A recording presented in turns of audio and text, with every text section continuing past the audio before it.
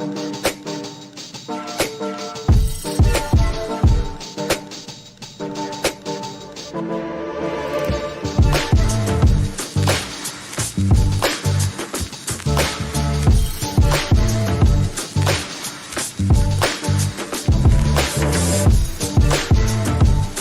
believe that the heart of a man is a treasure trove of untold stories, powerful lessons, and profound wisdom. Through authentic dialogues and insightful discussions, we aim to unlock these treasures, one story at a time.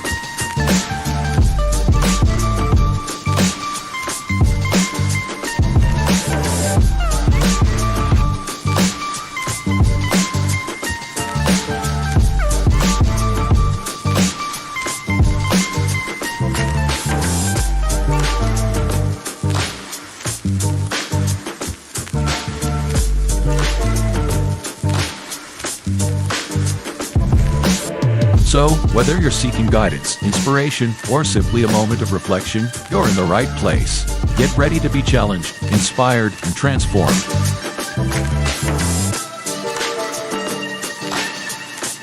And now, to guide you through this journey of discovery, please welcome your host, a visionary leader and a true catalyst for change, Dwayne Dwyer, but we affectionately know him as the Mindset Coach.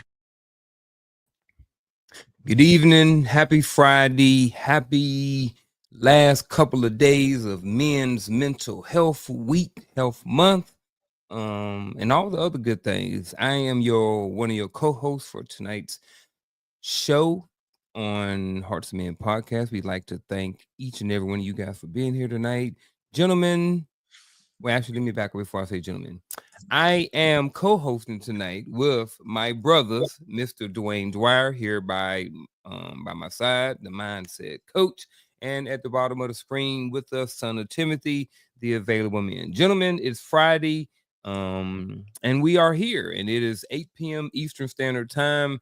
How are you guys doing this afternoon, and how have your week been? Just update the chat, and just kind of catch everybody up with what's going on in your lives this week, and how's everything going? So been a busy week, productive to say the least. But like y'all know, I'm here. It's Friday. We about to have a good conversation, so I'm here for it. Okay. Productive and busy. That's a good thing. Yeah, likewise. Been a pretty busy week, productive week. Made a few great connections. Always looking forward to Fridays as always. Love enjoying conversations with my brother as always, and I always look forward to having a conversation that include the chat as well. So yeah. Yep, I agree with that, man. And y'all said those two words in the same sentence, busy and productive, and I think they kind of go together. I've been in a place in my life before where I was busy, but I was unproductive. I was just doing things and really not really getting anything accomplished. So the fact that you guys said busy and productive, I think it's just something I want to highlight. Friday, June 27th, 2025, we are here, and we're going to welcome every single member of the chat that is here tonight. So Miss Nick D, thank you for being here. We appreciate what you're doing in the background, all those different things like that. Miss Crystal Everett, appreciate you for being here this afternoon. Samurai J, appreciate you. Thank you for being here this afternoon. His divine appointment, welcome this afternoon. Twami Gaddy, he's in their chat, so y'all might see him make some comments, whatever like that. Did I miss Lisa Keys? I don't think I did, but just in case I did, Miss Lisa Keys again or not. Who else? Miss Charlotte Jordan, welcome to the show. Always good to see you here on Friday evenings. And I think that is it. But anybody else who's watching on Facebook, Instagram, Chit Chat, TikTok, and all those other different things like that, appreciate you for being here this afternoon. And before we get started, anything else we need to get into, gentlemen? Everybody keep in mind that tomorrow morning at 10:30 a.m. On the same channel, we'll have the episode of Reframing the Image of Relationships. So you might want to check that out. Might be pretty good. I don't know. There you go. They already gave y'all some free game. Y'all can, after y'all watch this tonight, you can wake up in the morning and you can watch something different. Then you can go back and restream this again, or you can share it with somebody else who may, they may benefit from it. Miss Shell, good afternoon, woman, lady, wifey. Good to see you here in the chat as well. And if I didn't mention Miss Verlene McCoy, appreciate you for being here this afternoon as well. Gentlemen, we're about to get started. Tonight's topic is called Annihilation, annihilating the altars of people pleasing. I will say that I'm gonna start a show like this. I did a whole bunch of people pleasing in my life, especially in my first marriage. But that's all I'm gonna say about that. I ain't gonna start too much, but I will say that sometimes people pleasing is not always a good thing. I think that as we get into this topic and as we start talking about it, I'm real interested to see what you guys have to say about this as well as the chat. So, chat, again, feel free to be part of the conversation. Ask questions in the chat, anything like that. Coach has always said we will derail an entire show to get to your questions because we want you guys to come here and we want you guys to walk away feeling like you got something out of the conversation. So, annihilating. I don't know why I keep wanting to say annihilation. Annihilating the altars of people pleasing. All right, so the first thing we're gonna do, gentlemen, we're gonna start off with three definitions. I thought that we kind of need to set the baseline for the conversation going forward. So the first word of the evening is this: annihilating. Did I get it right this time? Annihilating. How come I can't get the word? I'm looking right at the word, but I don't know why I keep wanting to put something else on the end of it. But annihilating, to destroy or obliterate. In this context, it symbolizes the intentional destruction of patterns, habits, or belief systems that feed into people-pleasing behaviors. Any questions, comments, adds, or takeaways to this conversation, to this question? This definition. You good, Gaddy? Coach already said he good on it. All right. The next one is altars. Now, this one may have a little bit more, and I'm maybe the people pleasing as well, because certain things can be subjective. People have different perspectives and stuff like this, and that's why I want to kind of use the definitions, kind of set the tone. So, altars, symbolic structures or places of worship. Here, altars represent the metaphorical places where we sacrifice our truth, values, time, and energy for the sake of pleasing others. We're good. I like it. We're going to move right along then. Next, gentlemen, people pleasing. The I ain't got my glasses on either. Compulsion of a habit. I had them on. You see, I took them off, so everything is a little bit blurry. Let me put them back on. All right, there we go. The compulsion or habitual pattern of putting others' needs, desires, or approvals above your own, often at the expense of your mental, emotional, and even spiritual well-being. Add or takeaways to this definition. All right, folks, there y'all got it. There's our three definitions for this evening, and this is what we're going to use to kind of set the tone for the conversation. So, with that being said, gentlemen, what are some early signs in a man's life? Now, I am saying man because we are in the end of this Hearts of Men podcast, and this is Men's Mental Health Month. But again, just like a lot of our conversations, they can be, you can take a man out, you can put a woman in there, and different things like that. A lot of stuff we talk about relationships and stuff like that, which can be interchangeable. But for this specific question, what are some early signs in a man's life that he may be building altars to people pleasing?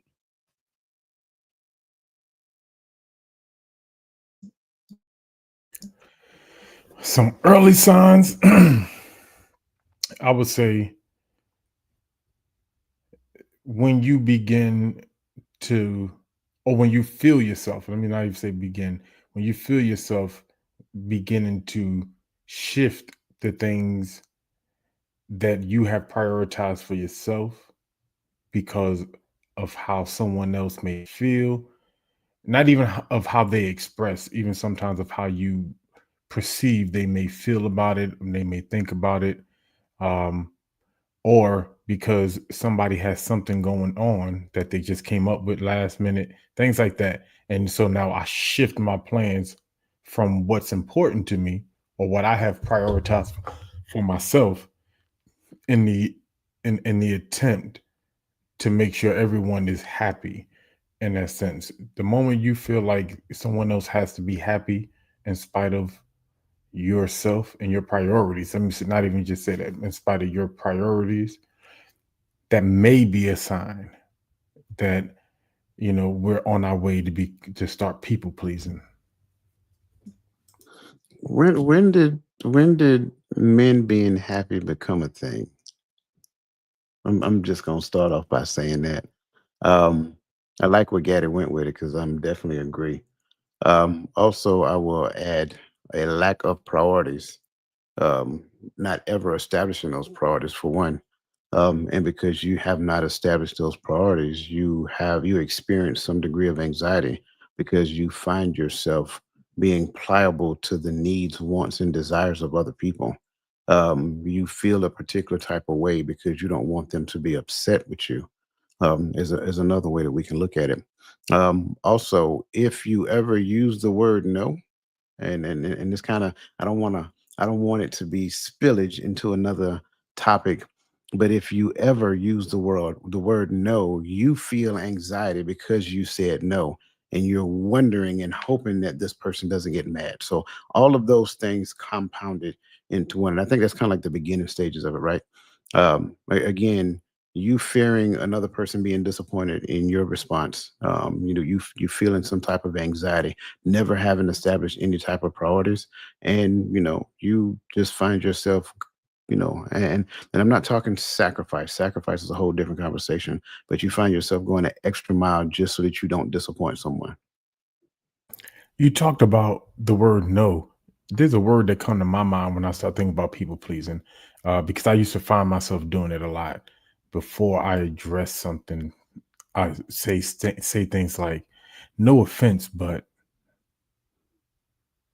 watering down the point that I'm trying to make, which takes this thing that I really wanted to have, so that because there's a reason why I'm saying it. But I would say stuff like, "No offense, but," not towards you, but and it waters down the point.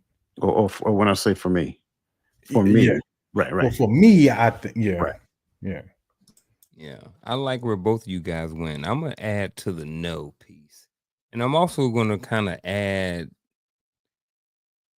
I think I want to add a time frame, at least partially in the man's life, where sometimes this stuff starts happening, especially when we find ourselves having a hard time. Like Coach said, a hard time, like pretty much a difficulty saying no. Like when we're about to say no, it's like that anxiety, that feeling that comes upon us. We're about to say no. You know what I mean? And I remember when I went through my whole stage, and I was like, I started getting happy, and I started, experimenting with saying no. I remember those days.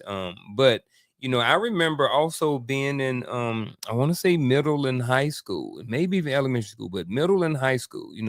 Some early warning signs was, you remember when we started liking girls and stuff like this, and then we would start, anything. Not all of us. Some of us were maybe a little bit more simpish, what I mean, than others. So we may have started people pleasing girls very early on in life, not saying no, saying yes to certain things, maybe doing things that they wanted us to do that we may not necessarily wanted to do, but we wanted the attention from the female. So I think, and then, when we were young, she like, hey, you want to do this? Yeah, let's go. You want to go hang out? Yeah. I saw it a lot in high school with students and stuff like this, where they would spend, all or a lot of their time like hanging around, their girlfriends and stuff like this. And I'm like, hey, bro, why don't you go do something? Oh man, no, we just chilling over here. And I remember, some of those people pleasing things and those times when it's hard to say no. I remember going through some of those things. And I remember seeing some of those things, in teenagers and stuff like that over the last few years, when I was in, coaching and just being around even my own sons and stuff like that. So, that difficulty to start saying, to say no is definitely something there. Um, Gentlemen, so we're gonna bring it back home. When did you first realize, you, Gaddy, Coach, and Roland, if he end up showing up tonight or something like that, anybody in the chat, when did you first realize that pleasing everyone was not sustainable or even healthy? If you did, now this again, if you did, because I don't want to assume anything. I can say I realized it at a very young age. I was probably in my 20s or so. Um, but then that's when I started to realize that priorities were important. Um, and so the introduction to establishing priorities in your life so that you can have a structured way of being, a structured way of growth and development, was kind of like the gateway or the lens for me that showed me that pleasing everybody wasn't going to happen. And I became okay with with not pleasing everybody. In fact, some people thought that no was like my favorite word. And kids sometimes seem that way. Even though you don't tell them no all the time, but they remind you that you say no all the time, right? But Mm-hmm. I realized that at a young age. Now, getting to the point to where I found balance in it became the other struggle, right? Because you can go from one extreme to the other real fast. And so understanding that people pleasing is not a healthy thing for you, but also understanding that you should not be on the far end of that other spectrum to where you're being the most self-centered person on the planet. That's another extreme. So that was the thing for me. Not it wasn't that it took me long to realize that people pleasing wasn't the right thing to do. It was just trying to make sure that I find that balance in between people pleasing and being self-centered. See, the only reason I'm gonna jump in now, Gaddy, before you is because I'm kind of with Coach, but the second part is a little different. For me, it was early on too, but it wasn't the balance piece. I was weak. So I was, I realized early on that pleasing everybody was not sustainable. I probably knew that in probably at least middle, definitely by high school, but there was nothing I can do about it because I had already started coming out and I was a pretty weak kid then. You know what I mean? I played sports and stuff like that, but like mentally I was very weak. So I didn't even the balance piece wasn't even there yet for me. My thing was I knew it. I knew that people pleasing wasn't sustainable, but yet I didn't have any skills, I didn't have any mindset, I didn't have anything there to help me um get over it. I didn't even know that I should have been getting over it. So like I said, for yours, it was kind of more for balancing. To me, it was like I knew it wasn't sustainable. I knew I shouldn't be doing like this, but I couldn't turn it off. You know what I mean? I didn't know how to turn it off. I didn't know if this was just who I was as a person.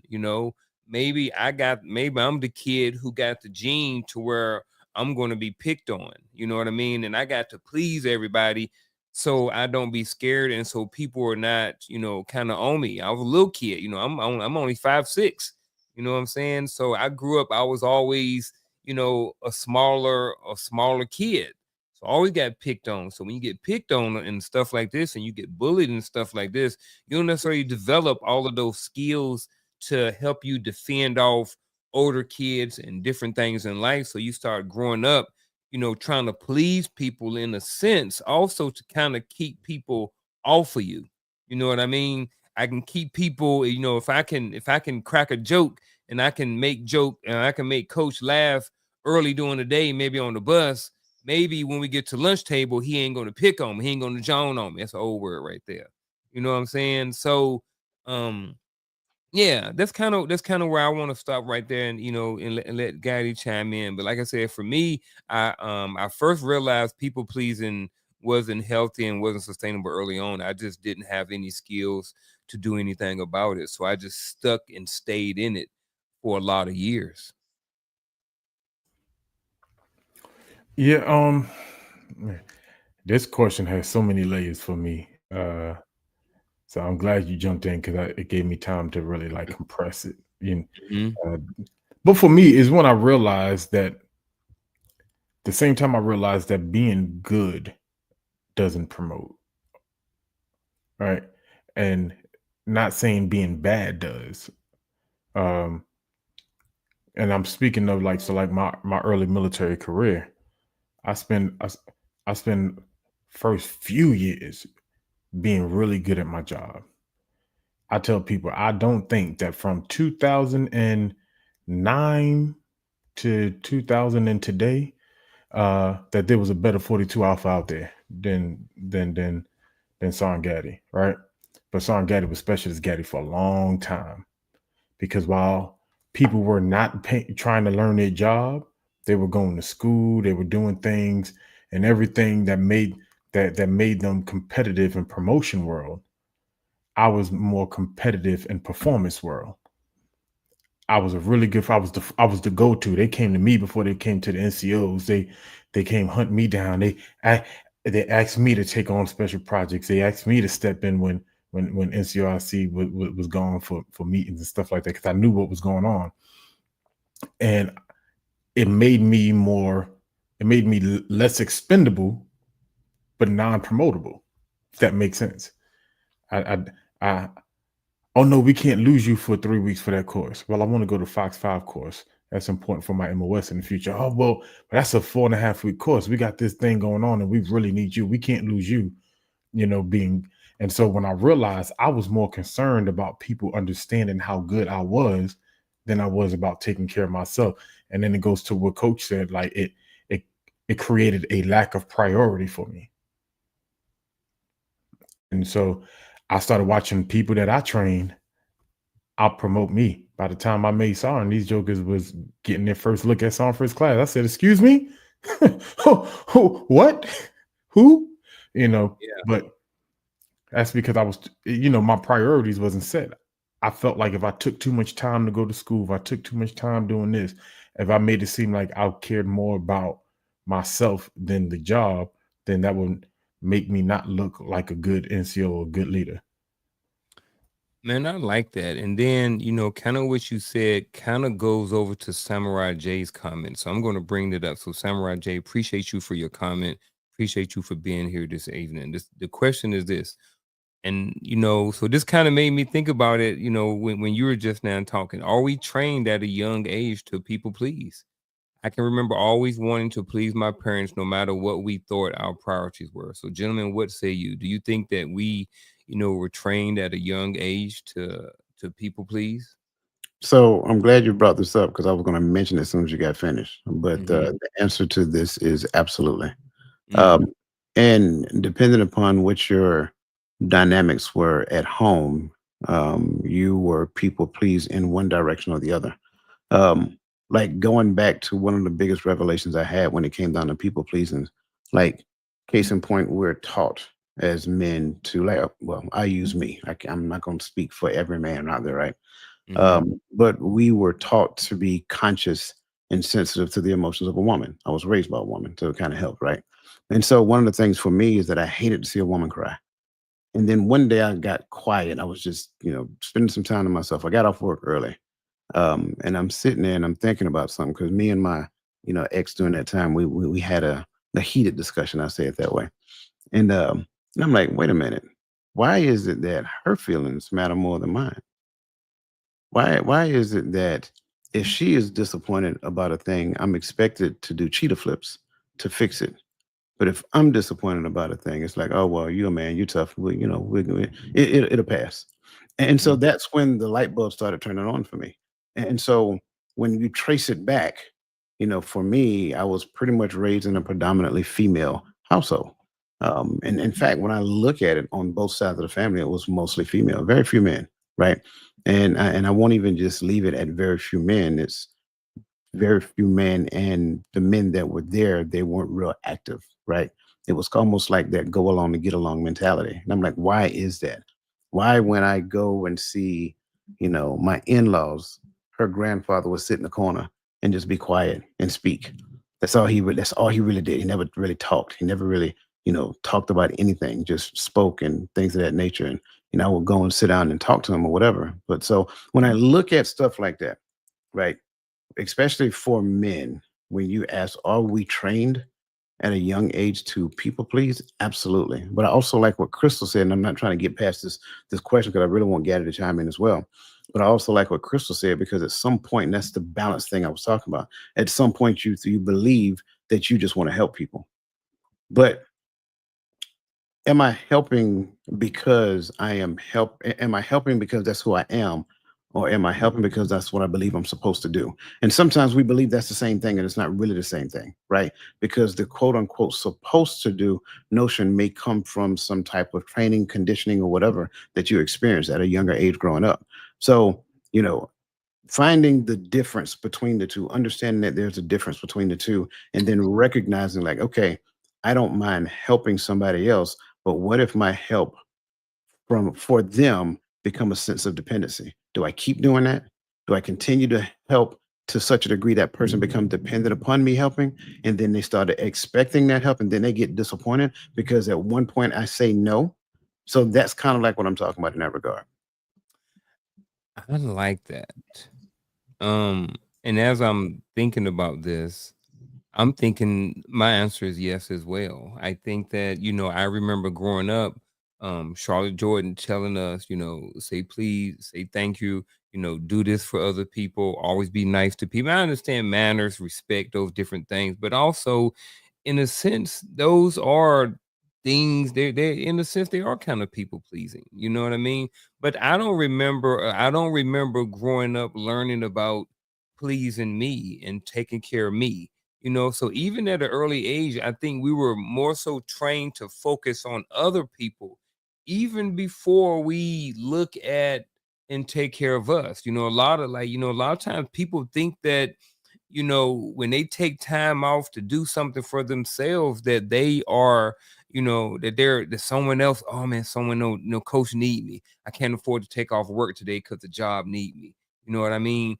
And I understand all of that, but it seems like based off this question, I'm rocking with the yes. I think that we start off getting trained to please people, even to the point to where we know how to please people by the time we're whatever age, but a lot of us are not into our 20s, 30s, and 40s before we come to the realization that we are supposed to take care of ourselves. Now, people pleasing isn't automatically mean that you're neglecting yourself. But I think kind of with the context we're saying that sometimes those two things kind of go together. Gaddy, what you got about this? What you say about this question before we transition? Oh no, I'm right there with you, brothers. Because I was thinking that along the same route as Coach. Because I remember young when my mother and my father split, and it was me, my mother, and two of my sisters. One of my brothers came and stayed with us on and off here and there, but he was at that age. He was running the streets more than he was, you know, like I just say as big brother, he ain't got fatherly responsibilities. He wasn't my mother's child, but he he stayed with us every now and then. But I just remember the same concept. All I heard was, if a man is not doing this, he's no good for a woman, or all if a man ain't doing this, he ain't no good. All a man is good for is this, and this. All men are this, and it was all based upon the idea that he had to act and perform a certain way at all times in order to not be ain't. Y'all know what that word after ain't is, you know, and so for a long time I had this concept of I'm not gonna be ain't, I'm gonna be a better man. And so just kind of like Coach, I just had that concept that I had to be overly romantic all the time, make the girl feel mushy and good all the time. And the moment she, like Coach, the moment she cried, I was like, oh, I messed up. Where's the problem? Every time I heard I'm divorced, I'm like, man, what'd you do? You cheated? I'm like, what? No, I didn't. Why'd y'all break up? Because how the woman ain't gonna leave unless you did something. And that and we just speaking from us, and that mindset came from the aspect of my job is strictly to please and not to be pleased, not to exist. I'm supposed to find my pleasure in pleasing. And that's what I thought. And then when I started dating and getting into serious relationships, and when I realized I'm unhappy in and it's never a thought in this conversation, in this relationship. And I think that's why you get a lot of men who slowly fade and disappear, because we're not commonly taught how to voice that we're unhappy. We're not commonly taught how to say, hey, yeah, this ain't what I want. So Well, I digress, but happy wife. yeah, right. That's what we were taught. But how much of that is that not people pleasing? That's In condition. a Yeah, sense, that's what we were taught. Say, hey, look, as long as she happy, as long as mama happy, everybody happy. You know what I'm saying? And I don't know. I don't want to go there. I'm not trying to start nothing, so I'll just move on. But I definitely, to this question, I do think that this is something that that just like coaching everybody else, I think this is something that definitely happens. Hold on. Yeah. All right, so Jim, we're gonna keep rolling on. Let me what's the next? Let me see what we're gonna go to. I'm looking at the chat. I think Wishkon had another good point too. Samurai J. He all the next one was also some people with some some people will please others so much during their life that it becomes their personality. Outside of pleasing others, thank you. Outside of pleasing others, they may find no joy in other things and never work on themselves. I can definitely I've definitely seen that as well too. So Samurai Jai, I appreciate you for being an active participant in tonight's episode. So appreciate you for that. Anybody, if you haven't already, hit that like button, share, hit the bell for notifications so you can know when new videos are being dropped. Next question, moving right along. So we kind of talked about it. We're talking about men, talk about women, talk about combination and all those different things. So do y'all think does people pleasing show up differently in men compared here we go. Does people pleasing show up differently in men compared to women? If so, how? I had to give you your round of applause for for putting your spectacles Bro, back I'm on. almost 50, bro. Hey, I feel you. It's time to look it. Go put Yeah. them thing. Nah. So it can. You said, does people pleasing show up? I don't think it's an automatic. I think it's scenario wise, right? Like me and Coach both talked about, we were taught people pleasing when it comes to relationships, right? From the male aspect, to make sure you please the woman at all time, make sure she's happy at all time, make sure she's comfortable at all time. They ain't tell us that she's an emotional roller coaster sometimes, So there's times where she's not really not happy. She's just dealing with some stuff that you can't react to all the time, right? But anyway, so relationship wise, I think that shows up different. Some women can be taught to people please men in the sense of, the way you serve them has to be all the time, has to be, uh, you have to do it this way. You got to do it that way. You got to make sure you always, I've heard women say stuff as, you got to make sure you're always all the way together, made up when your husband's at home. You got to wake up early to put on makeup. I heard my grandmother say that, wake up early, put your makeup on so he never sees you outside of your best and stuff like that.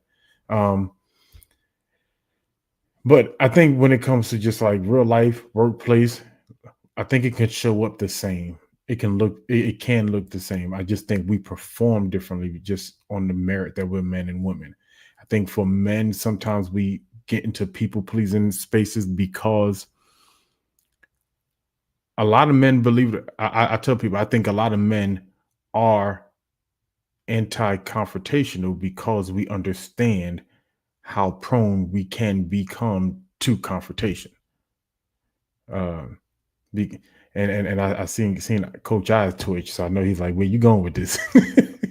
but I know that if me and Coach, or me and Onk is face to face, and I say something that may come off the wall, I don't think they're gonna haul off and punch me. But I do understand that if I tread down a certain path, there's an opportunity for this conversational scenario to go left, right? It's some furniture moving. Yeah, right. And It's so an opportunity. it's space enough. You just take the air out, Yeah.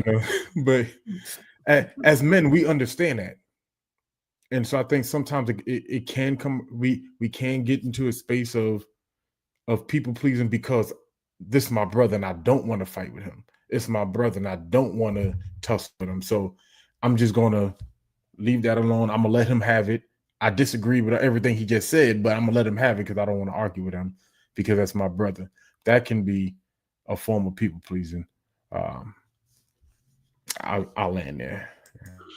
Yeah. So to your point, I think this is a resounding yes. And I think for a couple of different reasons. Number one, just by virtue of being a man and just by virtue of being a woman, like you live life differently, you express what you know differently. And if that part can, if we all can agree that that part is true, then the way certain things happen to us and through us must be true as well. Um, sure, there are certain character traits that we look at just to be able to label a thing as it is. But even in the conversation as we were progressing, you were seeing a few seconds ago where some people were saying that, well, I didn't see it as this. I just thought I was doing that, or whatever. And I think for everybody, when you look at just the notion of people pleasing, are you doing it because that's who you are? Um, and I'm not necessarily looking for anything in return, or do I need the emotional gratification from doing the thing? Because if I need the emotional gratification from doing the thing, I'm not doing it for them, I'm doing it for me. And if I'm doing it for me, now we're getting into a very, in kind of like a gray area. So does it show up differently? Absolutely. Because Gaddy, you used a word previously, and I'm so glad you did. And that word was performance. So many of us are conditioned to perform, and we look for the response from others based upon the performance that we give. And so, when you, as a young man, are conditioned to believe that men fall into this particular category and that determines that you are a man, and you will hear people use phrases like, well, real men won't. But yet, that comes from people that are men, right? But, the mantle that I'm talking about is provision and protection. Well, those are performance driven tasks that men must accomplish in the minds of other people to be deemed as a man, right? So, providing and protecting. If you're not providing and you're not protecting, then you're not a man. So, what do men do? They make sure that they position themselves to do both, provide and protect, right? Which ideally is a form of people pleasing. So, when you look at it from that perspective, until you put on a new perspective, until you put on a new identity and realize that, well, I'm a man because the one who created me as a male deemed that at a certain point in time you transition from a boy to a man. Then all of that changes. So your perception of me in manhood matters not to me unless it is a senior man talking to me about how I'm expressing that. And I think when we look at it from that perspective, that performance based existence, all you do is do, do, do, do, and do. And you're only as good as you're only as good as that in which you do. So you go to work and you just do, you do, you do, you do, you do. When you have a job description, your job description say do this and do that and do this and do that and do this and do that. And then you get to the point to where you do that and you do that well. And then no longer are you putting conscious thoughts into doing those things, because now those things that you have practiced over the time that you've been at a job has now become second nature. And so from that point, now what you're doing is you're offering assistance to other people based upon what they're doing. And that's what turned you into a team player. But that's different because now I'm doing it because I've embodied the core values of the job. So the core values tend to shape you and make you the individual in which that employers and employees can appreciate being around. That's the difference between people pleasing, performance based existence, and like identity based existence. Once your identity starts to line up with that in which the creator gave you, now it's no longer people pleasing because I'm not doing it so that I can get the emotional fulfillment from doing it. I'm doing it because I'm seeking to serve my brother and my sister. And I'm looking at my notes, and you hit 3 of the things that I wrote down, 3 of my 4. So between you and Gaddy, y'all hit all of my little talking points in there. So I ain't going to stay on it too long, but I'm just kind of reiterate something what you was talking about and then Gaddy talked about earlier. So does people pleasing show up differently in men compared to women? I also agree with yes, but I would say, I'm not going to go, I'm not a woman, so I'm not going to go into a whole bunch of different ways and how it looks for women. Women, if you're in the chat and you want to add something to the conversation and kind of let us men know how it looks and how it may show up or how you may think is differently, please by all means add it into the chat. So for me, but kind of way I want to kind of wrap it up is with the silent suffering, kind of like what y'all both kind of talked about. You're at work, you're on your job, you're in a relationship, all these different places, but you are not saying anything and you're just allowing all the things to happen. And then sometimes all of those things can build up resentment and stuff like this. So I think sometimes we just sit around and suffer in silence and stuff like this because I don't want to argue with my wife. I don't want to argue with my son, so I don't bring up the whatever. So where they kind of sacrificing their own personal whatever for a certain amount of peace, but it's really not peace because they're dealing with the stuff on the inside. So you still don't have peace. You just don't have the external peace. You're just dealing with the internal peace, when you do different things like that. So I just think that, the men, suffering in silence or something like that is one that I think is, yes, do women do it? Absolutely. But I think this is one that is really, really I see in men and have been for a long time. Y'all got anything to add to this? There's some great comments in the chat. And I'm about to get them. All right. So the first one, we're gonna go up to Nick D. So Nick D, appreciate you always being here, rocking with us on Fridays and Thursdays and Tuesdays and Saturdays and Sundays and Mondays and all those days. I don't know if I would readily recognize if a man is people pleasing if it was not blatantly obvious. They are taught to show up and take care of everyone. That is true. A lot of times, I will start with this. I would say a lot of times, depending on the man, you won't know if it's obvious because a lot of times, sometimes we have been hurt, and to whereas we just sit on stuff because it was. I remember this little joke thing, right? And somebody was telling, and it was like, man, like, I ain't feeling good, but if I go home and I'm upset about something, and I go home and I tell my old lady about it, now she gonna start getting upset. So now it's not on me anymore. Now I'm consulting her, I'm comforting her now. So sometimes things happen to where we're not comfortable. We don't feel like this is the space to where we can do certain things like that. So for whatever reason, so I was saying in many cases, if that man is a man, and I don't want to go there, and I'm not trying to put men on different levels, but a man is a man. But there are different levels of men based off their character and different things like that. So, a man of a higher quality, a higher caliber type of man, more than likely, you're not going to always know if something is going on. But what say you, gentlemen? Yeah. So we not really trying to put our burden off on to our lady or our coworkers and stuff like this. We deal with it. Hey, coach, look, this was going on with work, bro. Man, these jokers gaddies and rolling, man. These jokers flipping around every day. Something going on, So that's usually kind of how we handle things. We usually men, dudes who are kind of on a more mature level. We usually kind of reach out to each other and talk some things over, get different perspectives about it and stuff like that. But gentlemen, Well, again, go back to upbringing, right? upbringing, I think that's the thing that we have to, like, you can't get around that, right? Little boys don't cry. Yep. Like, I mean, that's for starters, and I get it to a certain degree, right? But you're teaching them not to express themselves, to where you give the daughter, like supreme free reign, supreme leverage to express themselves. And you go back with the whole, and I keep saying that the whole nursery rhyme, right? Girls are made of sugar and spice and everything nice, and boys are made of frogs and tails and puppy dog tails, frogs and snails and puppy dog tails, right? So you're conditioning that young boy to think a particular way as he get older, and then they get to the point to where they start believing that nobody really cares how I feel. They only care about what I do. And so at the end of the day, when you ask me, well, how's your day at work? It was fine. That's it. That's all you're going to get.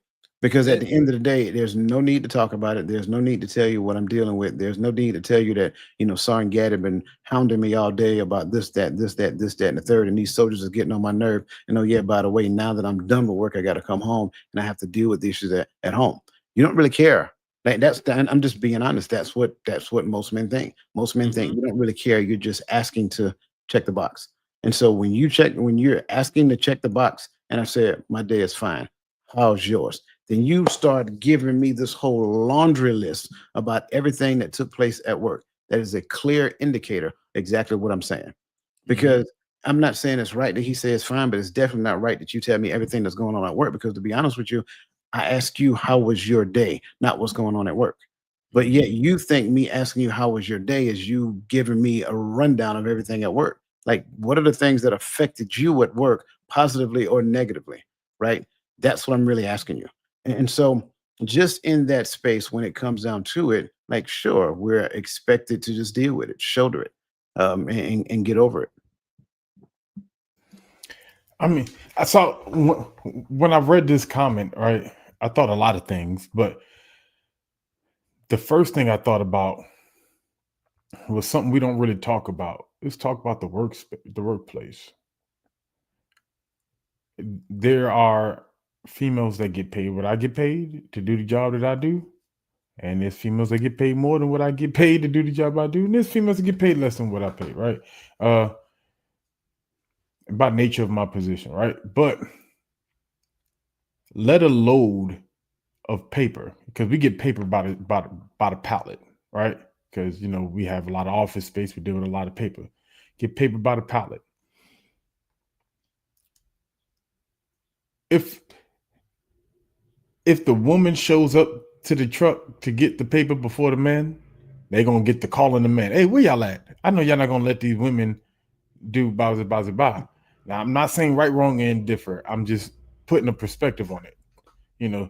Two people that get paid the same thing to do the same thing, but when there is something manual that has to be done, any type of lifting that has to be done, it's not that is right, wrong, indifferent, not in your position description, but it's just expected that if you can say with your chest, you need to go ahead and get the lifting. We see a woman carrying something in the building that you work with, a coworker. What do the men normally do? They'll get it and help her up the stairs with her, or they'll carry it for her. And not arguing perspective about it. I'm arguing the point of this comment. So you don't know if those men are people pleasing, or if they're just doing what they were taught, which is you have to take care. And when I hear everybody outside of my children, I hear women, because that's what we were taught. You know what I'm saying? Unless you're old folks that I'm helping across the street, you take care of women. There's an argument a couple of years ago on social media, because some men were saying, I'm not putting my life on the line for any woman that is not my immediate family. That's not my daughter, my wife, my girl, my sister, something like that, right? Now their reasoning was something totally different that we're not discussing, but the context was, how dare you say that you're a man, especially a black man, and you're not willing to take a bullet for any black woman randomly on the street? It's just the mindset. You're the man, you go die, and we don't know what the perspective of what the woman should do, right?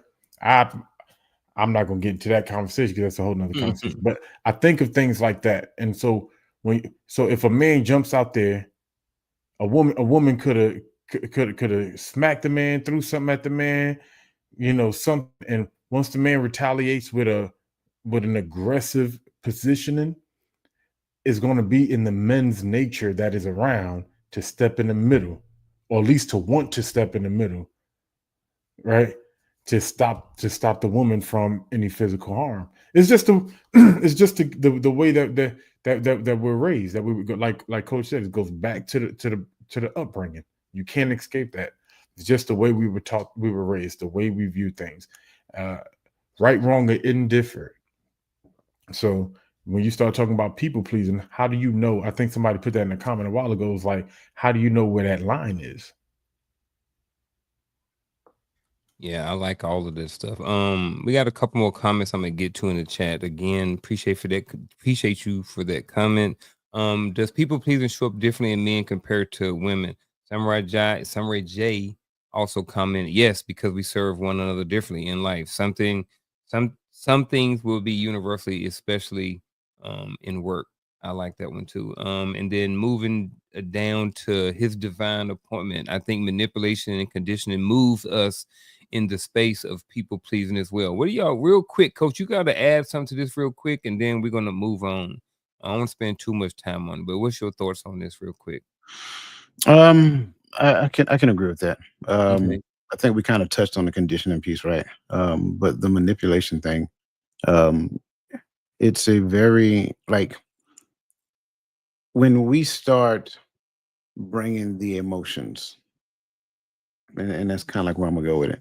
When we start bringing the emotions to the workspace, let's just say, I'm gonna use me for an example. Let's just say I'm a supervisor and I had a bad day at home. I had a bad night at home, whatever that looks like, and I bring my emotions in there, and the coworkers automatically know, based upon how I come in, that you got to be careful because he had a bad day at home. We can see it on his face, so you got to walk carefully around him. Just stuff like that. Gaddy gave a great example of, having the different sexes in the workplace. I will tell you, when I was in the army, every time I seen that, I shot it down. If I had a few soldiers for tasking, and those females in that soldier, they're gonna do the same type of work that those males do. So those things, having the expectation of someone to do a thing because of who you are, or using your emotions to alter the environment and things of that nature. Like, that's a very dangerous game that we play. And unfortunately, it spills over into the workplace. That's what I believe. Yep, I like it, man. Y'all betting 1,000 tonight. Let me go ahead and take this comment off, and then I'm gonna bring up this last question. Then we're gonna do something different real quick. So real quick, I don't want to spend too much time on it. Not even 3 to 5 minutes total with all of us, but kind of just go through one quick root cause of chronic people pleasing in your opinion. Just anything that you, what do you think is one root cause or the root cause of chronic people pleasing in your opinion? Again, I don't want to spend too much time on it. I want to hit this one and then move on to something different. I I would say something. So going back to that upbringing thing, right? I think sometimes as parents we can overly express disappointment to children, and they can grow up in a concept of, I have to please mommy and daddy, not just the concept of doing right or wrong, but having to please mommy and daddy so that they're not disappointed. I think there's a difference between rearing and showing a level of disappointment. I would say the need to be accepted. I think there's a lot of that goes on in society, like just wanting to be accepted. So you will portray yourself to be a person that you're not, hoping that they accept you. But then as time goes on, they realize that that's not who you really are. And then you move from that environment to the next environment because you're still looking to be accepted. I like both of those. And then to Coach's point, I'm going the opposite side of that, and that's the fear of being rejected. You know what I mean? So no one wants to be rejected. So when that's kind of what I talked about when we were young and we're in high school and we get the little girl and stuff like this.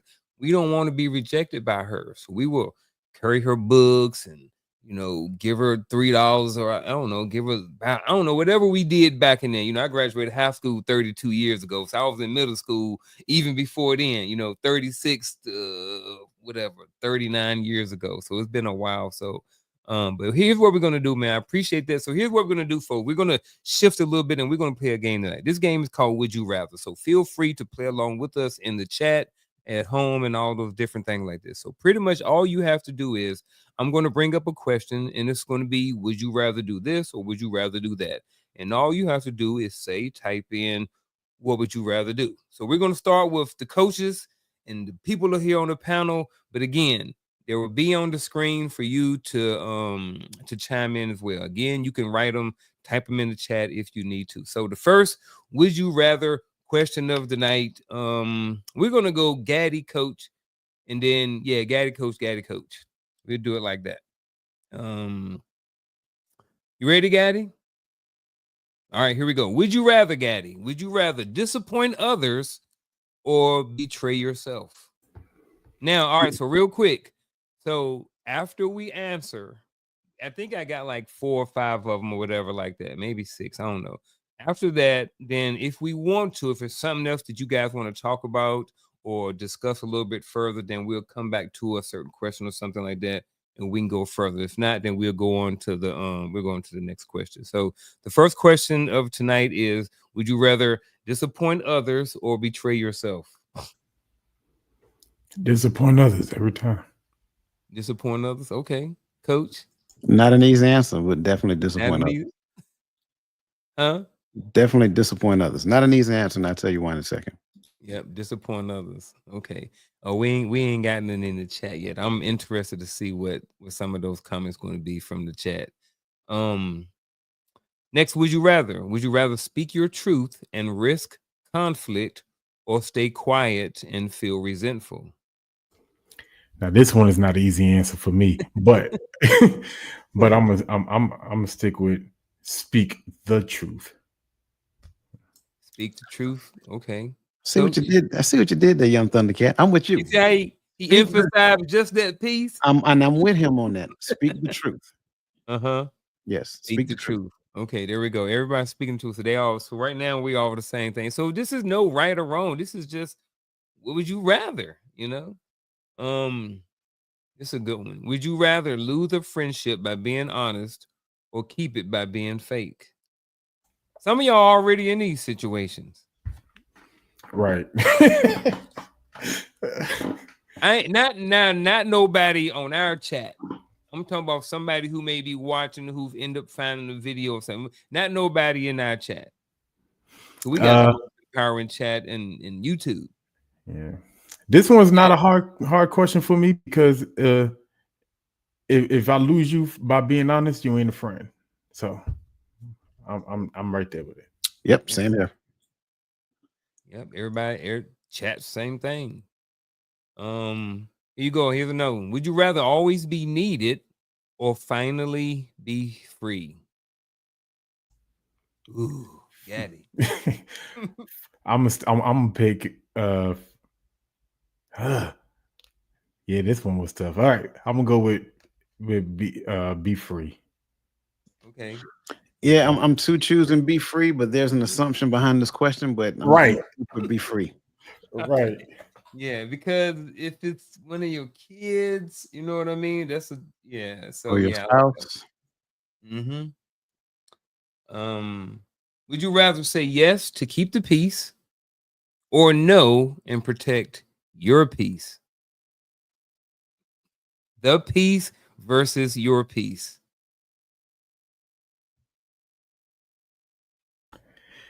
Yeah, you Come on, Gaddy. you pick them on this one. Go first tonight. I know, right?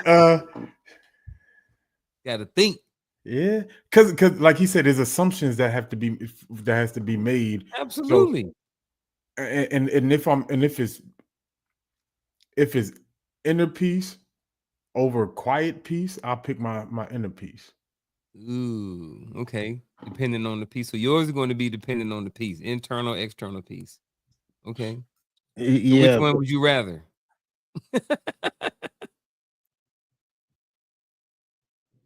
Are you getting me? You're waiting on Gaddy. I don't know if Gaddy's still on the fence, ain't he? Oh, so yeah, I'm gonna say to protect your peace is my inner.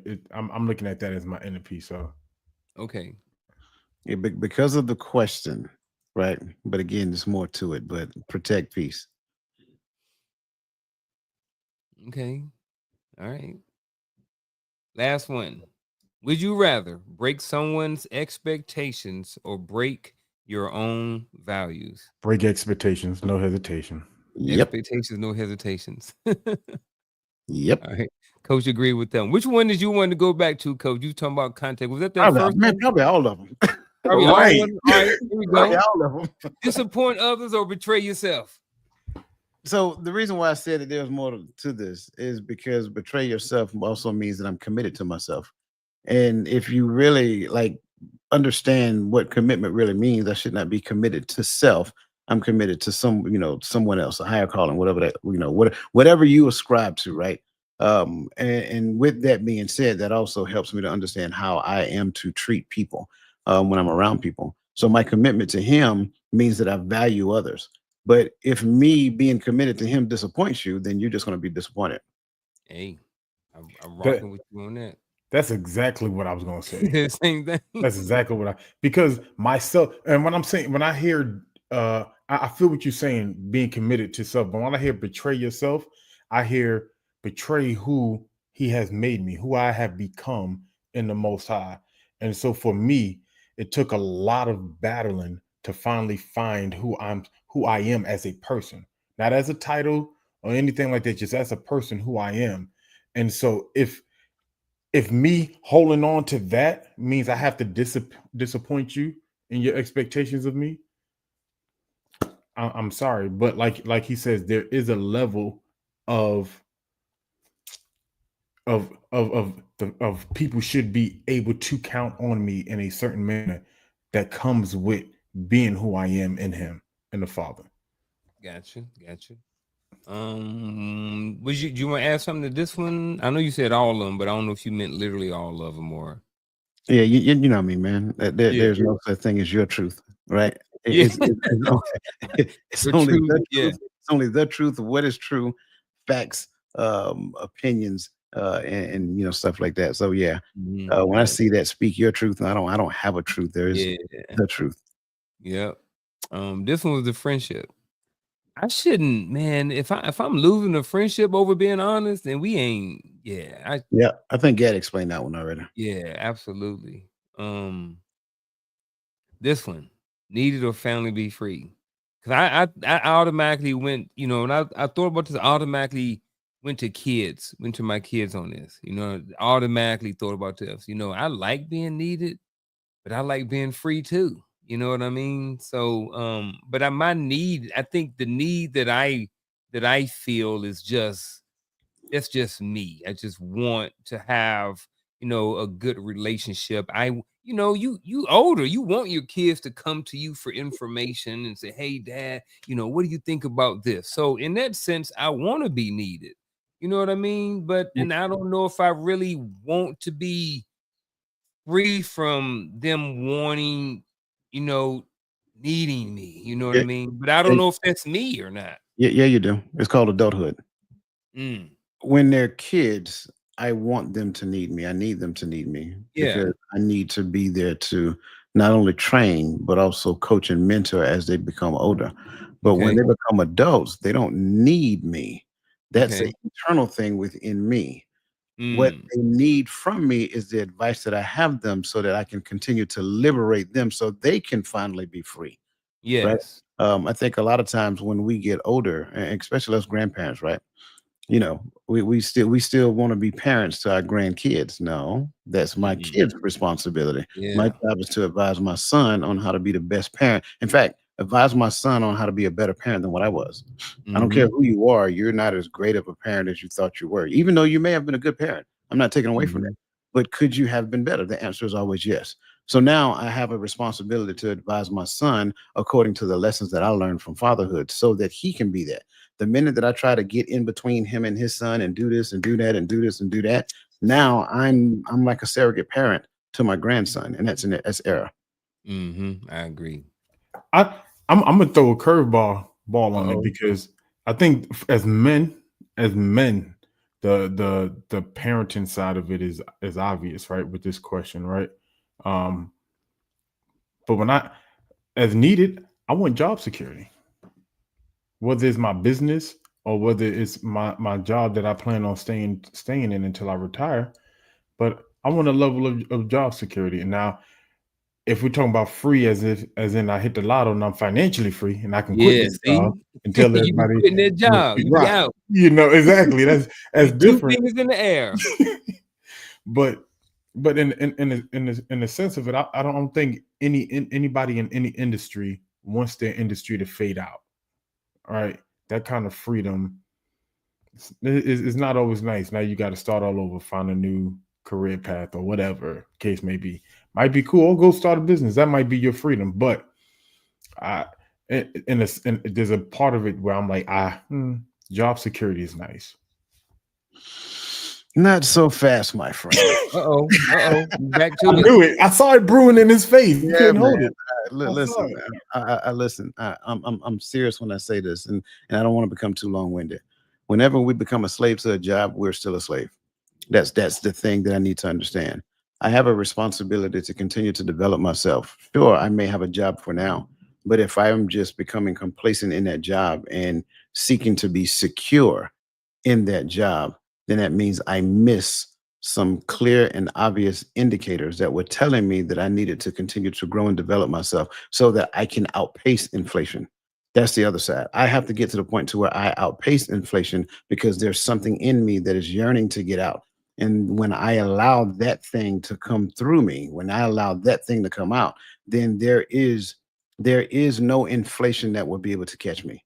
And I know I'm kind of like speaking in code and I'm doing that intentionally, but when we put our dependency on job, we have now turned job into somewhat of an idol because I find security in job and I should not find security in job. I should find security in the one person who said they would never leave or forsake me. So now in that arena, because I can't be here one moment and then be here another moment, right? It has to be across the entire spectrum of living. So now that helps me to understand, that helps me to appreciate the job that I have, but that does not move me to be complacent in said job because at any given point in time, like you just said, Gaddy, that job can go away. And a lot of that is being experienced right now. So we talking about need. If we talking about job, do I want to be if I have the option to be needed from my job or free from my job, give me that freedom all day long. Get me off the plantation and let me be at home and not have to work no more. So I kind of understand. I think where both of you guys were talking about in the perspectives and stuff like that. So real quick, these last two, real quick. Then we're gonna move on. You kind of want to go back to this. Would you rather say yes to keep the peace or no to protect your peace? We kind of just coming back through. And I think that was what the peace versus your peace. Is it more important to have the peace or more to have your peace? So what I was saying here is, first and foremost, I don't just to say yes, kind of like going along to get along, right? Yeah. You should never be in that space in any relationship. That's part of something that's an issue within me. But then the other side is that peace comes from him. I don't have to Mhm. protect it, right? I don't have to protect something that does not come from me. I have to make sure that I am constantly positioning myself so that I can exist in peace and peace always follow me wherever I go. And a lot of the issues that we have is because of internal conflict. I am internally conflicted with something, and either one or two things happen. I express it without filter, or I internalize it, and then I become walking chaos waiting to happen. So when we look at protect your peace, again, peace belongs to him. I just have to make sure that I'm positioned properly so that I be in it. Yeah. Sometimes I feel like when I write notes or when I take a thought, you have a screen that it pops up on sometimes. Oh, he do. He be on. He was looking at mine too. He found some app to where he can look and see what's on our screens. I swear. You've been telling me he gonna give it to me for about last 6 months. He ain't gave it to me yet. Because the two scriptures that kind of, I was listening to a Bible study of a church that I used to go to, and I don't care what nobody say. I know that night my theology shifted because the way I reread when they were talking about protecting your peace, and something as the conversation went on, it just bothered me. And then I went back and I read 2 scriptures. One said, "My peace I give unto you." And the other one says, "You will keep them in perfect peace, whose mind is stayed on you." And it made me realize that the peace that I'm trying to protect, the only way I protect it is staying in his realm of protection. And he keeps that peace. His peace he gives unto me, whose mind is stayed on him. And so when you say yes to keep the peace or no to protect the peace, like to me sometimes, and I feel what you're saying, Coach, but I'm also, I look at it like there's some things that I can give on, because we don't need to have conflict over everything just because I want something different than you. All right. So there are some things that I can give on and say yes, because why can't you have it this time? I'm gonna ask for it next time. Let me have it. You know what I'm saying? So are you saying that you may say yes to something to keep the peace, but it doesn't necessarily affect your peace? Right. Okay. Because and it's the way I view when I hear Coach make statements like the most important person in the relationship is the relationship. I can say yes because this is not going to break me. And why do I have to tear you down because I want my way? All right. And so now if you're asking me, and this goes back to one of the last questions. Now, if you're asking me to compromise who I am and compromise what he requires of me, absolutely no every time. But if you just want to eat at this one place that I don't like to eat at, Yeah, why not? we can go eat there. We can go eat. Ain't that big of a deal. But I think we're adding to the question at this point. Adding to? Okay. Yeah. All right. Okay. Because no one said that me saying no creates conflict. Okay. If you ask me You a should, question, if you ask me a question, I should have the right to answer the question the way I want to answer the question. So if you ask me a yes or no question, if me saying no creates drama, it's not because of me. It's because of That's you. a you issue. That's a you issue. But that's a big issue though. Nowadays, a simple no is triggering to people. Hey man, hey, Unc man, hey, can I borrow your car? No. Oh man, why you gotta be like that, bro? What you mean? I just said no. I ain't being like nothing. That's you. You got the issue. You feeling some kind of way. All I said was no. I'm good. I'm cool. Can't borrow my truck. But we spend a little bit more time on there than I wanted to. So I'm gonna skip this next question. I'm gonna go straight down to rapid fire. So I got another segment for y'all tonight called rapid fire. So rapid fire is when I was gonna have y'all vote, but instead I chose Gaddy at the beginning of the show. So I got 8 questions. Rapid fire. Gaddy, you got between 3 to 6 seconds to answer the question. All right. So you got all day to spend on them. You got to answer the question. Yeah, rapid fire. And we're gonna keep it moving. Now. You got it, brother. You smart guy. You 42 alpha. AG. Right? Either way. Rapid fire. So again, I was gonna have the chat. It's just 8 questions, top of the dome. How you respond to them. It ain't no right or wrong questions, just questions. All right. You ready? Ready.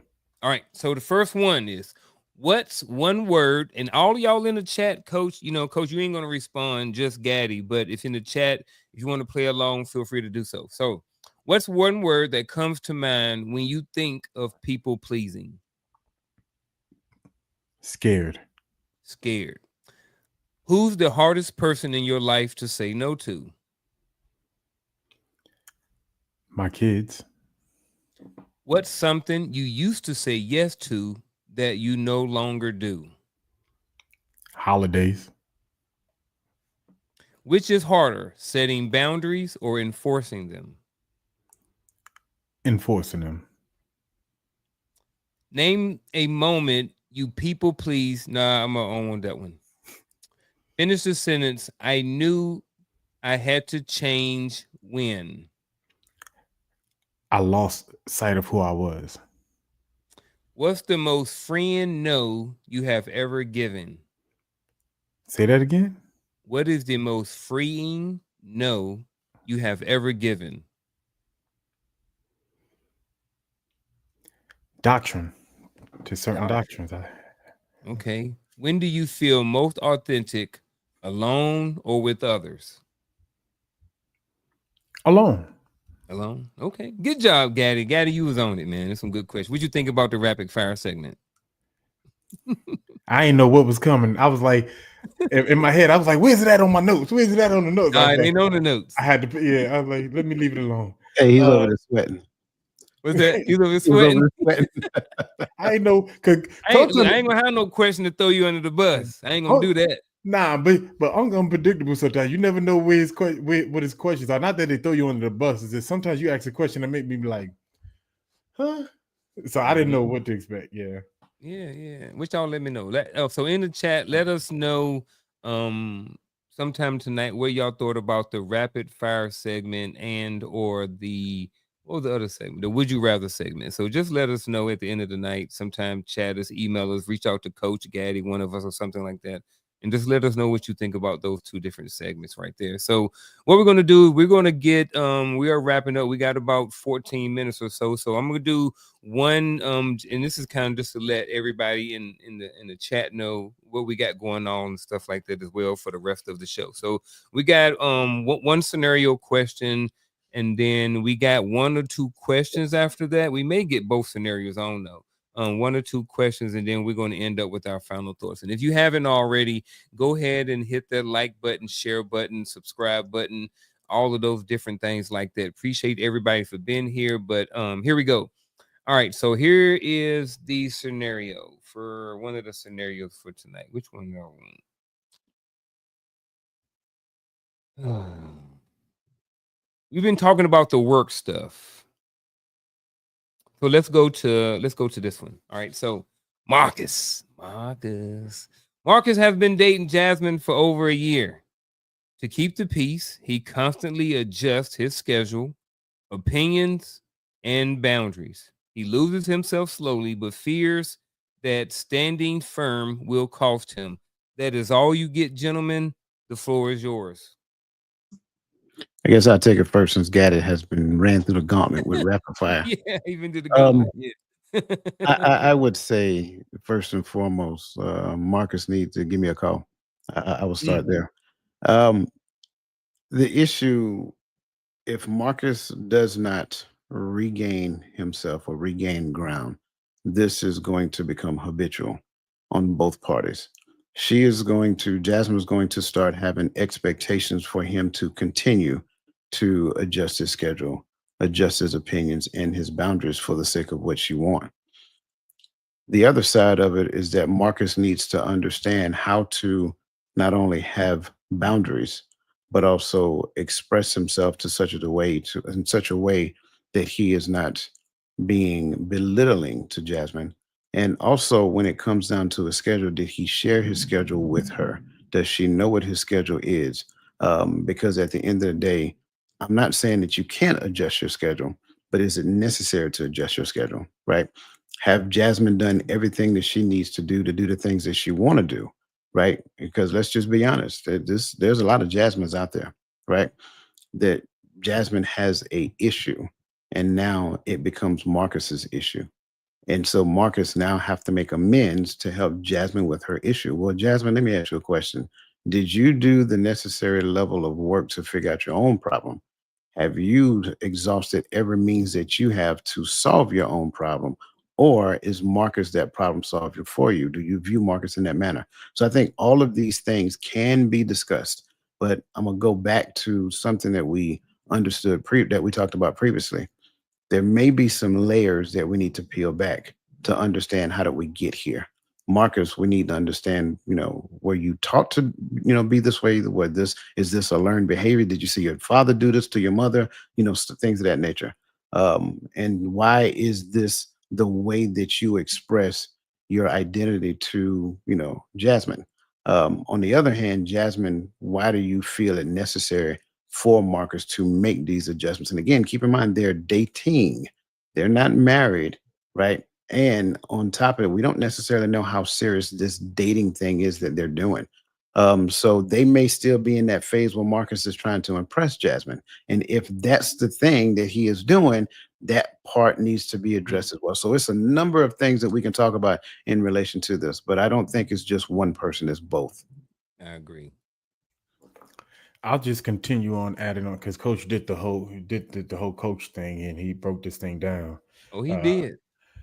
So I'm gonna take it from the aspect. I'm just gonna continue the scenario. Marcus finds himself in a position to later on in life to where Jasmine doesn't respect him. He has no voice in their family concerning the kids, the life of what they do. Jasmine constantly gaslights him with her emotions and other things to make him move when he begins to start trying to find himself and find his voice. You know, it and it's not because Jasmine is a bad person, but you taught her to do this. You opened up an avenue to where her expectations is that she gets her way all the time because of the lack of the boundaries. Because of lack of boundaries, right? You started off that way, and it progresses, and then you're like, oh, well, she's a gaslighter, she's a manipulator, she's a this, and we start putting titles on her. Well, because you now change the conditions of her life when you decided you want to try to stand firm on something, and so then she starts crying when you say no because she don't know what that looks like. She don't know what else to do. I have to get my way. And I'm not saying that she's perfect either. I'm just saying as men, we set conditions as to what we are going to allow in the future, and we set them early. And if we don't begin to voice our boundaries, right, or not even enforce those boundaries in our lives, we're telling people that they can just walk all over us and they can walk all over them. Where do you go from there? It just continues to get worse. And then you're like, nobody likes me. I'm cutting all my friends off. I'm cutting Jasmine off. Well, you need to cut everybody off and go find out who you are. Find that inner strength. Find Coach Dwayne Dwyer's phone number. I'm joking, but not joking if there's a Marcus in the room. Yeah, it's a Marcus out there that's probably looking at this right now. Right. I've been Marcus. I'm just saying, remember, I keep going back to like middle and high school.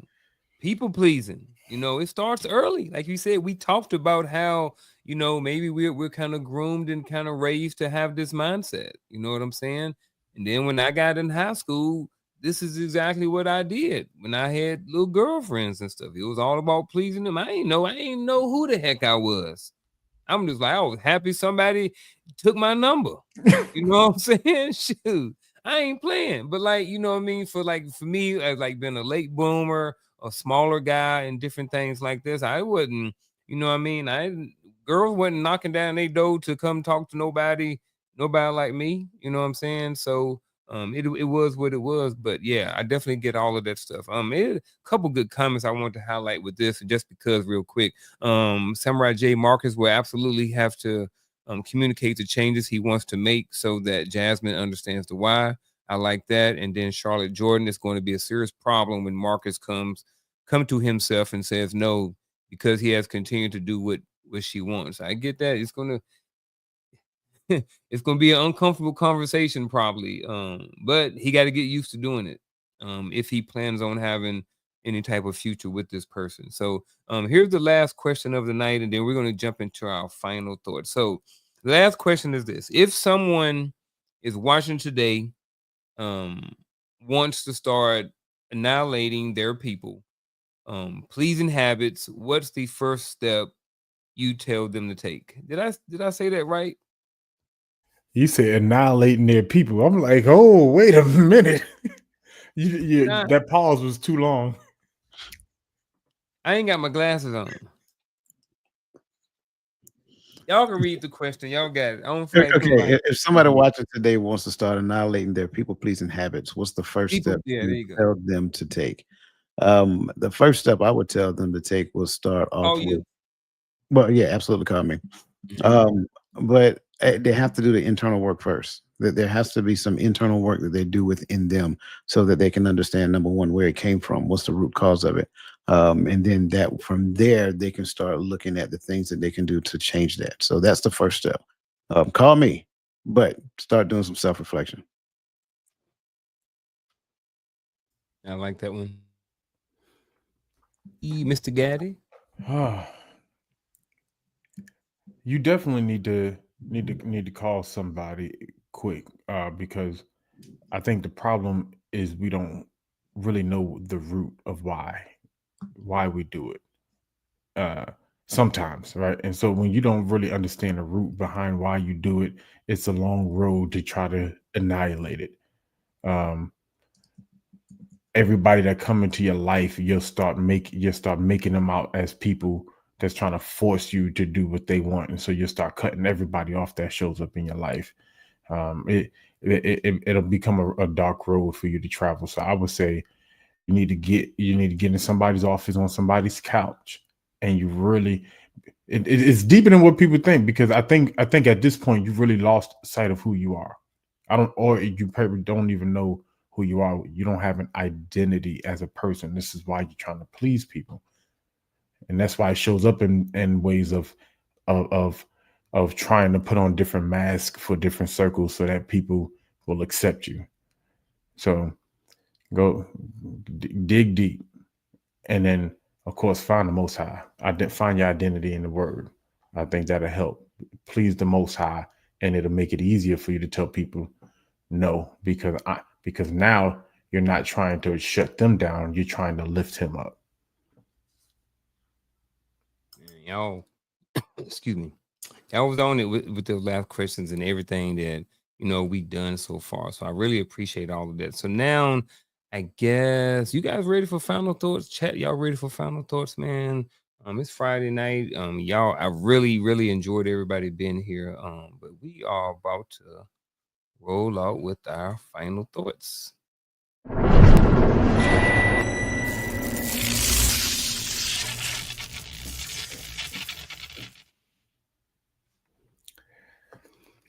I think there can be a misconception that the opposite of people pleasing is self pleasing, right?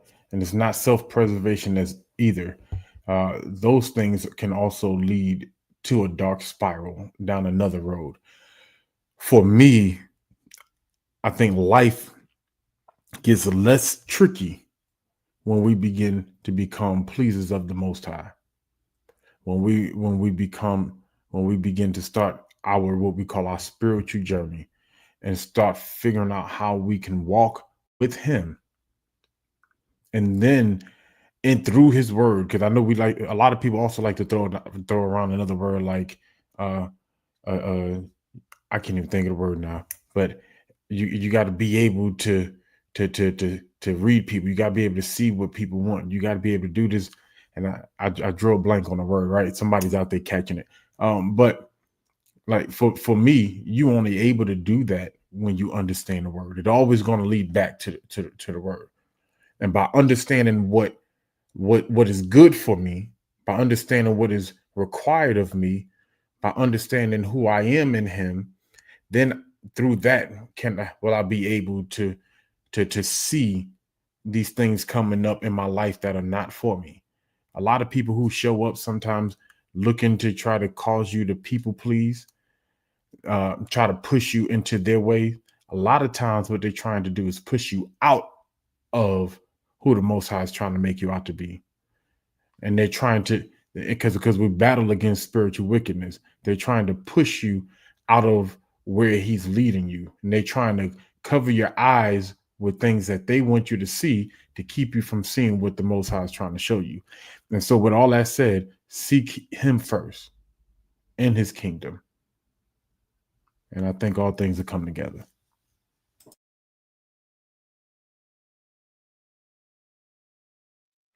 Man, that was a good one. I think it was a great show. As we wind up tonight's topic, my final thoughts on tonight is, as we've talked about and as we've learned and heard tonight, this people pleasing for some of us starts real early. It starts, early on as a childhood. And the thing about when you have something that has been part of you for so long is sometimes you may not always recognize certain things. And I think this is one of those topics. This is one of those things, the people pleasing. When you grow up and you're people pleasing and you're doing everything you can to try to please people, I think sometimes you may not always be aware of how it may be affecting you in a negative way. So to all of those who are watching and may not be aware, just have a look. And like someone talked about going inward, just look at your relationship, seeing if the relationship that you have, is it about pleasing the other person? Is it really pleasing people? Or is the relationship manipulative at any point?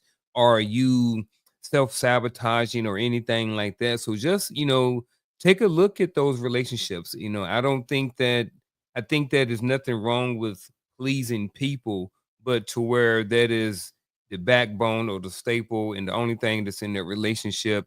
I don't know. It's just something I'm thinking about. But at the end of the day, man, when it comes to people pleasing, I think there's a lot of good things said here tonight. And I don't know. That's my final thought. I greatly appreciate what everybody had to say during this conversation. I thought it was really good. Um, but as I look at and listen to this conversation, I'm reminded of an old saying: I can tell you the key to success, but the key to failure is trying to please everyone. And as we talked about pretty much throughout the night, one of the most important things that we need to do is understand the root cause of it. People pleasing generally stems from deeper issues, and those issues could, stem from where when we tend to prioritize others' needs over our own self safety, and that's a real thing. I also need to understand its impact on my well being. It's a good thing to want to make people happy, but it becomes problematic when it becomes excessive, because it can lead to burnout and negatively affecting my mental health. And as we stated before, self reflection is definitely the key, and also setting boundaries. But I'm I'm cautiously optimistic when it comes down to setting boundaries, because sometimes we set boundaries as a not as more of a protective mechanism, and that can be a response to fear more so than it is based upon something healthy. Like, think about boundaries as you owning a house and realizing that your house has a property line, and that property line is a boundary. Well, you also may put a fence up, and that's also is another boundary. But then your house by itself, the exterior walls of your house, is another boundary. So there has to be layers that people get through to get to you. And it's not because you're more so protecting yourself, it's more so of you actually having those boundaries for yourself, because that's how you get to show up to be a healthy, true, authentic version of yourself. And that's the thing. We have to get to the point of understanding who we are and then embracing that authenticity. And I think in the midst of that, when it comes down to people pleasing, that should help everybody analyze themselves and get to the point to where we're understanding in certain areas. Because make no mistake about it, we can people please in certain areas, and other areas we can seem like our authentic self. So we got to be careful, and we got to be honest with ourselves. And that's my final thought for the night.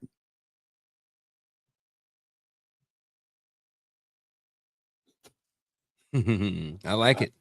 Man, gentlemen, I would say, Roland was definitely missed tonight. I would have loved to have his input on this conversation.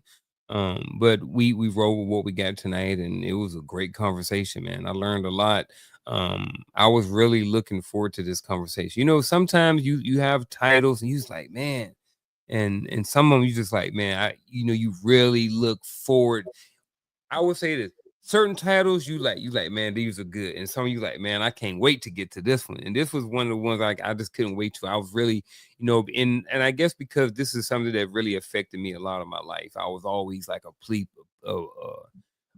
people pleaser, always, shy kid growing up a little bit and stuff like that. But I didn't want to stand out, having a first name Garfield, being short and underdeveloped in high school. You didn't want to stand out, because if you stand out, then people are gonna, you know, like they said in the military, out of sight, out of mind. So I was trying to stay out of sight, out of mind, so I didn't get picked on and stuff like this. But again, gentlemen, again, appreciate you guys for being here tonight. Appreciate the conversation. Appreciate, all of the co-hosting tonight. Every word that was said out of you guys' mouth.